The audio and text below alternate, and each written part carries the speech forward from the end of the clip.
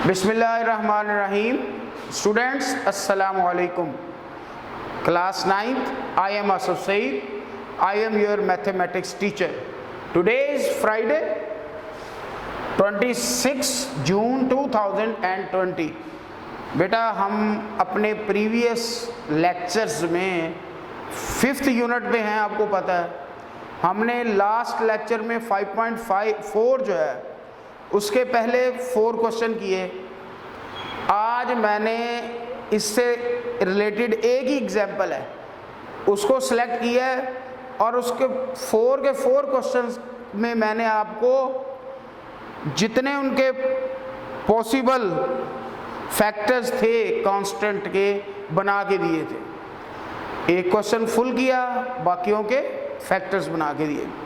आज मैंने एग्जाम्पल इसलिए सिलेक्ट की है, मैं एग्जाम्पल बहुत कम करवाता हूँ, एक्सरसाइज करवाता हूँ, एग्जाम्पल सॉल्व शुदा होती है, लेकिन उसकी रीज़न है फिर बच्चे एग्जाम्पल्स नहीं करते।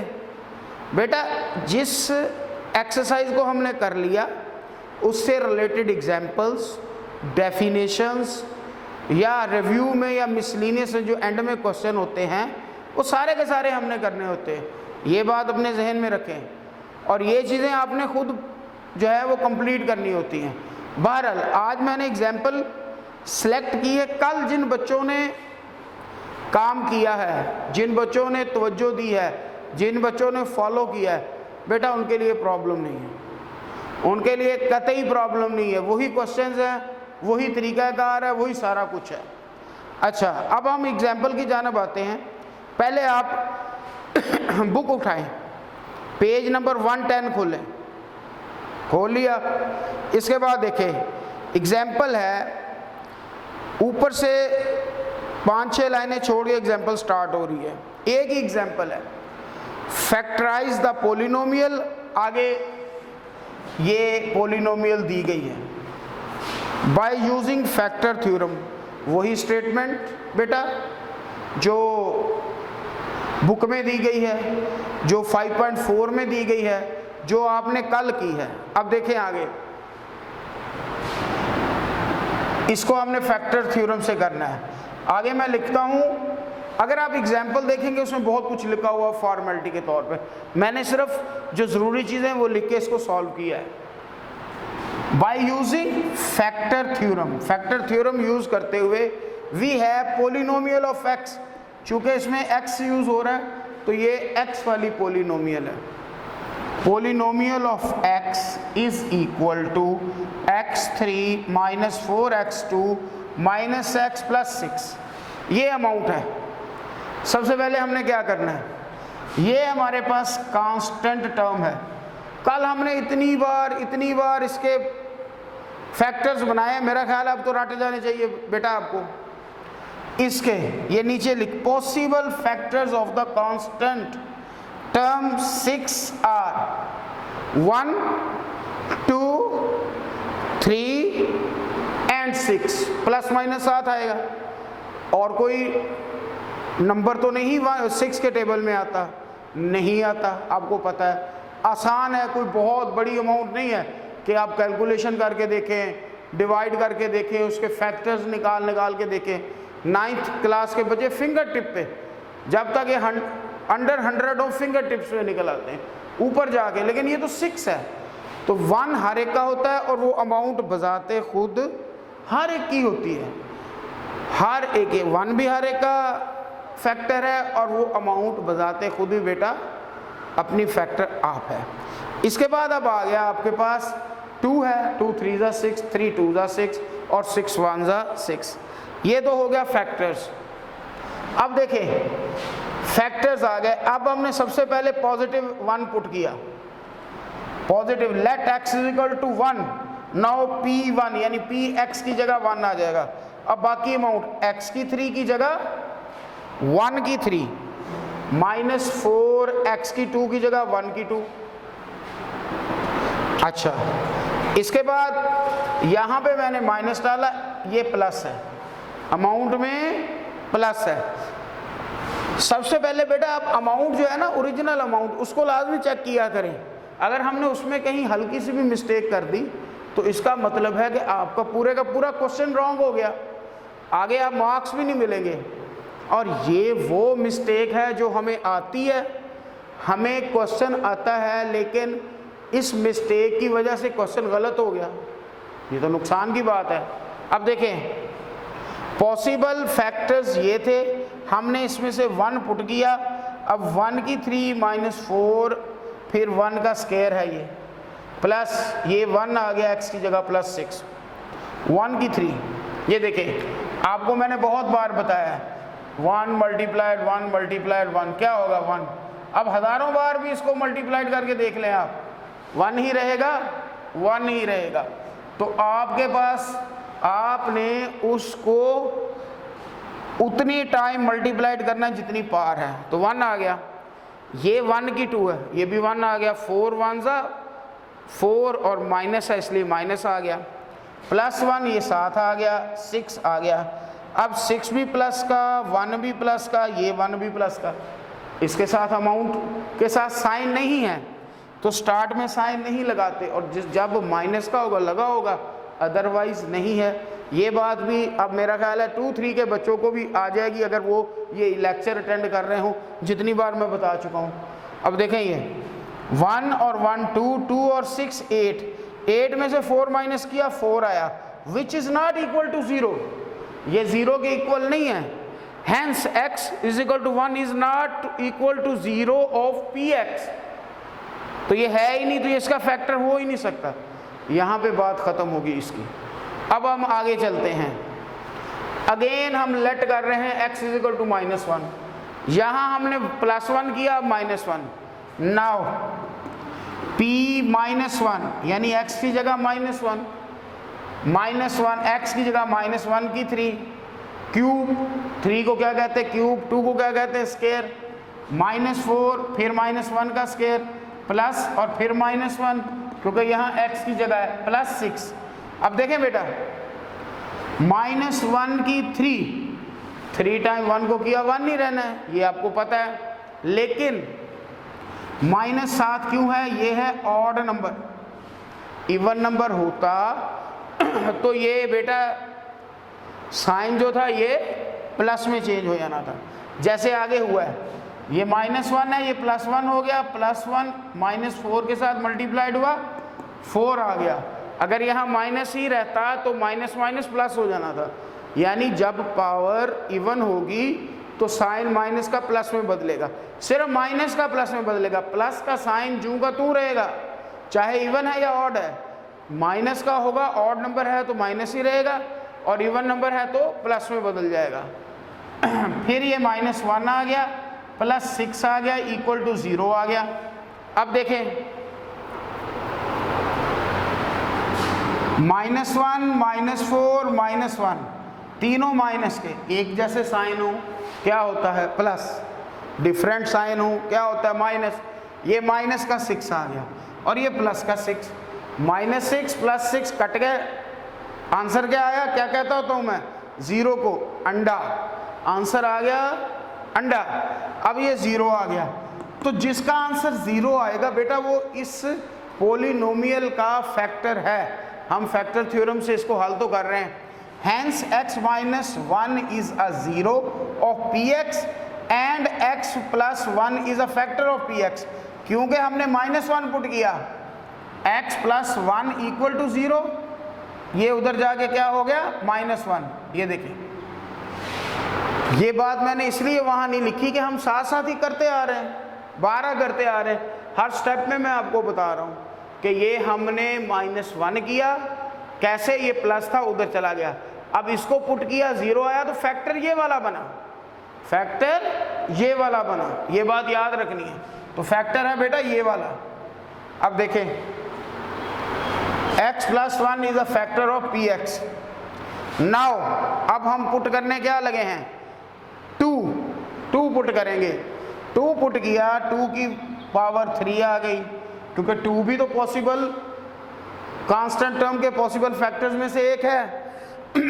2 प्लस का पुट कर रहे हैं, -2 की 2 यानी 2 का स्क्वायर प्लस x की जगह 2 आ गया और 6 आ गया। अब देखें बेटा 2 को 3 टाइम करें 2 2 ज़ा 4, 4 2 ज़ा 8, 8 आ गया। फिर 2 को 2 टाइम किया 4, 4 4 ज़ा 16 माइनस का ये 2 ये 6। अब ये 8 प्लस का, ये बताने की ज़रूरत तो नहीं कि इसके साथ साइन नहीं है, स्टार्ट में नहीं लगाते अगर प्लस है। 8 और 2 10, 10 और 6 16, प्लस का 16 माइनस, ये लिखा है मैंने 16 माइनस 16 इज इक्वल टू 0।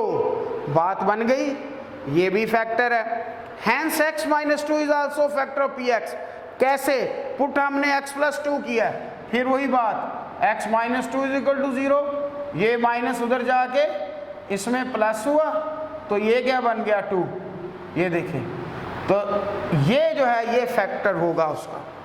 हर बार मैं बताता हूँ फैक्टर ये होता है, वैल्यू उसकी उधर जाके पुट की जाती है, लिहाजा जब हमने इसकी वैल्यू पुट की 2, ये देखें तो फैक्टर ये हुआ। ठीक है, ये बात बेटे अंडरस्टैंड रखनी है, हर स्टेप में मैं आपको बता रहा हूँ, भूलनी नहीं। इसके बाद बेटा जिस तरीके से हमने पहले पुट किया यहाँ पे अब 3 पुट करेंगे, 3 पुट करेंगे। 3 पुट किया, 3 की पावर 3 कैसे?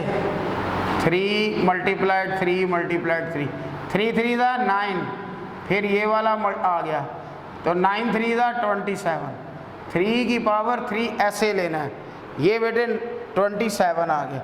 यहाँ 3 की 2 है, 3 3 ज़ा 9, 9 4 ज़ा 36 और ये 3 x की जगह है 6 आ गया। अब ये 27 प्लस का, ये 3 प्लस का, ये 6 प्लस का, तीनों को प्लस करें क्या आएगा? 27 प्लस 3 30, 30 प्लस 6 36, 36 प्लस का माइनस का 36 किसके इक्वल आ गया? 0 के। तो ये भी इसका फैक्टर है। अब हमने पुट क्या किया है? 3, तो फैक्टर ये होगा, क्यों? ये 3 उधर जाके प्लस हुआ तो ये 3 आ गया। फिर वही पुरानी बात रिपीट हुई है बेटा आपके सामने। तो फैक्टर ये होगा, वैल्यू ये पुट होगी, फैक्टर ये होगा, वैल्यू ये पुट होगी। बार बार बता रहा हूँ, ये फैक्टर नहीं है, फैक्टर ये है, वैल्यू ये पुट होगी, क्योंकि वैल्यू उधर जाके ये पुट करनी है। अब हम देखते हैं कि 0 कहाँ कहाँ आया है। जब हमने x की जगह 1 पुट किया तो आंसर आया था 4, लिहाजा x वो इसका फैक्टर नहीं बना। जब हमने -1 पुट किया तो आंसर आ गया 0। जब आंसर 0 आ गया तो वो उसका फैक्टर है। और फैक्टर कैसे आया? x प्लस 1, वो मैं बता चुका हूँ आपको। फिर हमने 2 पुट किया, जब हमने 2 पुट किया तो फिर आंसर आया 0 और फैक्टर क्या बना? x माइनस 2, ये भी ऐसे ही बता चुका हूँ। फिर हमने बेटा 3 पुट किया, जब हमने 3 पुट किया तो आंसर क्या आ गया बेटे? आंसर आया 0। तो फैक्टर कैसे बना ये देखें, x माइनस 3 इक्वल टू 0 और x is equal to 0 plus 3। 3 इधर माइनस का है, उधर जाके बेटा हो गया प्लस का, x इज इक्वल टू 3। तो इसके जो फैक्टर आ गए पोलिनोमियल के, पहला आ गया x प्लस 1, दूसरा x माइनस 2, तीसरा x माइनस 3। तो यही इसका आंसर है। ये मैंने कल भी बताया था कि तमाम पॉसिबल फैक्टर्स बड़ी अमाउंट के बहुत बड़े बड़े आते हैं, उन सब के हमने जो है वो फैक्टर सारे नहीं बनाने, बस 3 तक बने, आंसर आ गया। ठीक है, तो बेटा ये इसका आंसर आ गया। ठीक है, अब मेरा ख्याल है कि आपको ये बात बार बार रिपीट हो गई होगी। अब आप ज़रा बुक खोलिए। अब आगे है हमारे पास क्वेश्चन नंबर 5 में कांस्टेंट टर्म 6 है, 6 में 24 है, 7 में 4 है और 8 में 1 है। अब उनके जो फैक्टर्स हैं, कोई भी ऐसी बड़ी अमाउंट नहीं है जिसके आपको ना आए। अब 6 जो है, इसके जो फैक्टर्स हैं वो आपके सामने बने हुए हैं, जो क्वेश्चन 5 में यही फैक्टर्स हैं। इसके बाद हमारे पास अगली अमाउंट है, उसमें 24 है। 24 के कौन से फैक्टर्स हैं? 1, 2, 3, 4, 6, 8, 12 और 24। 1, 2, 3, 1 24 are 24, 2 12 are 24, 3 8 are 24, 4 6 are 24, 6 4 are 24, 8 3 are 24, 12 2 are 24 और 24 1 are 24। इसके बाद तो बेटा अगले क्वेश्चन में तो 4 है, उसके तो बनने ही सिर्फ 3 है, ±1, 2 और 4। इसके बाद नेक्स्ट है 1, उसके कितने के बन जाने ये आपको पता है। तो अब आपके पास बेटा नहायत आसान काम आ गया। आपने पहले 4 क्वेश्चन हल किए, फैक्टर्स बनाए, आज उससे रिलेटेड एग्जाम्पल भी कर ली। अब आपके पास जो इसका डायरी वर्क है वो आपका है मैथ्स का exercise 5.4 question number 5 to 8 homework. आजकल मैंने बेटा डायरी जो है डेली बेस पे आपको दे, उसकी वजह यह है कि लेक्चर जा रहा है थोड़ा थोड़ा काम। जब 2 लेक्चर के बाद आपको डायरी दे सिलेक्टिव, जब आप आएंगे स्कूल में तो फिर आपको सिलेक्टेड डायरी डेज में भी 1 या 2 दिन नहीं है डायरी, बाकी दिन तो है। तो आपको जो दी जाती है वो इसलिए है ताकि आप साथ का साथ काम कर लें। 2 क्वेश्चन, 3 क्वेश्चन, 4 क्वेश्चन तो होते हैं, तो आप बेटे साथ साथ काम कर लें। जब हम काम इकट्ठा होता है इसको बच्चे नहीं करते। अब हमारे पास जो पीछे बची है वो सिर्फ इसकी रिव्यू है। रिव्यू का तज़किरा मैं नेक्स्ट लेक्चर में करूँगा, लेकिन आप ये काम मुकम्मल करके रिव्यू को बेटा चेक ज़रूर करें। रिव्यू का मतलब होता है रिवीजन जो आपने पीछे की है इस यूनिट की। तो हमारा चैप्टर तकरीबन कंप्लीट हो गया है, बस इसकी रिव्यू एक्सरसाइज बाकी है, तो आपका ये चैप्टर कंप्लीट हो गया। इस चैप्टर को कंप्लीट होने के बाद बेटा आपका तकरीबन 60-50% पेपर जो है वो कंप्लीट हो गया। इसलिए आखिर में आखिर में पुरानी बात, बेटा सारे बच्चे लेक्चर्स को फॉलो नहीं कर रहे, 50% बच्चे भी नहीं कर रहे। लेक्चर्स को फॉलो करें, अपना काम रेगुलरिटी के साथ करें। अब फिर मैं कह रहा हूँ कि आजकल न्यूज़ आ रही हैं स्कूल खुल जाने हैं, भले 2 महीने बाद खुल जाएं, स्कूल तो आना है ना। फिर आपने ये काम किया होगा, इसके एग्ज़ाम भी होने, टेस्ट भी होने, तो आपने किया होगा तो बेटा करेंगे। अब ये नहीं कि आगे कहेंगे हमने तो किया ही नहीं। कुछ बच्चे ऐसे जो फॉलो नहीं कर रहे, घर में कर रहे हैं, उनसे भी मैं कहूँगा कि घर का काम घर में करें लेकिन स्कूल को फॉलो करें। मीन्स इसका होमवर्क भी करें और टेस्ट भी दें, प्रेजेंट भी लगवाएं। ये 3 काम ज़रूर करें, बाकी काम आप घर में करते रहें, ठीक है।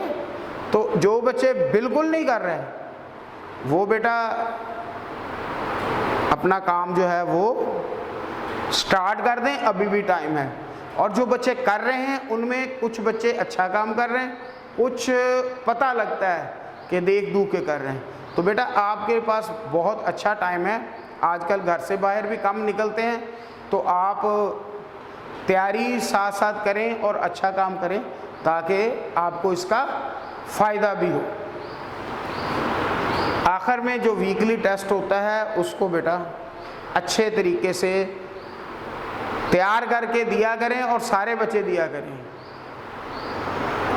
जो बच्चे देते हैं मैं तो इतनी रायत करता हूँ, अगले दिन भी टेस्ट नहीं चेक करता, तीसरे दिन करता हूँ। बाद बच्चे रात को भी भेज देते हैं, कोई फिक्स टाइम नहीं मैंने रखा हुआ कि 10 बजे भेज दें, 12 बजे भेज दें। बाद बच्चे अगले दिन तक भी भेजते रहते हैं। हालांकि ये बात ठीक नहीं, लेकिन इतनी रायत कर देता हूँ और तीसरे दिन चेक करके फिर भेजता हूँ, लाजमी चेक करके भेजता हूँ, इसलिए ताकि बेटा आपका भला हो जाए। इसलिए तमाम बच्चे मेरी तमाम इंस्ट्रक्शंस को बेटा फॉलो करें। Thank you.